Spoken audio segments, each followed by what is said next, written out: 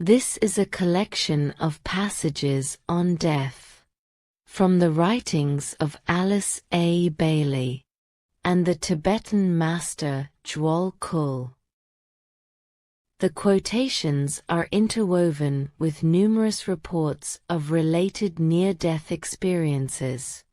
In these events, individuals die in the sense that they believe they died and are often declared dead by the medical profession.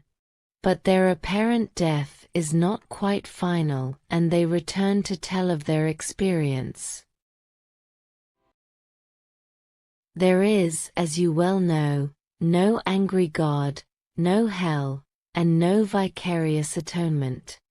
There is only a great principle of love animating the entire universe. There is the fact of the soul, and that we are saved by the livingness of that soul, and the only hell is the earth itself, where we learn to work out our own salvation, actuated by the principle of love and light, and incited thereto by the example of the Christ and the inner urge of our own souls. This teaching anent hell is a remainder of the sadistic turn which was given to the thinking of the Christian Church in the Middle Ages and to the erroneous teaching to be found in the Old Testament. Growing up in this society, it's always about heaven and hell, you know. I'm going, God, is there a hell out there? You know, how could, say, God be so mean to, you know, banish somebody for eternity and all that? So that first near-death experience kind of really cleared up that question, you know, that I realized that there is no hell where you go. It's just a place of beauty, like Rowan was talking about. In 1955, the phrase near-death experience didn't exist. Nobody even knew what that meant, what that was. Mm-hmm. So, first of all, here I am, a religious person who has experienced something that would be spiritual, if not religious. My personal problem was that none of my religious experiences were there. I was with the light. There was no judgment, there was no hell, there was no good and bad, there was no big tally in the sky.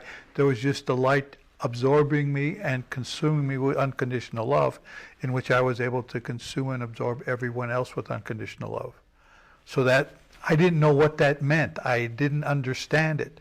So I picked up every book I could read on anything that was spiritual to try to see if it made sense. I investigated all various religions. I went into the seminary. I was going to be a priest, but I left a year before my vows because that couldn't do it. I was distressed until some 20, 25 years later, I pick up this book called, by Raymond Moody, Life After Life. And I don't even know, I just picked it up on a business trip. I grabbed it for some reason, I know not why, put it in my suitcase. When I got home, I opened it up and I started reading it. And I read it, the whole book, by 4 o'clock in the morning. I didn't do anything.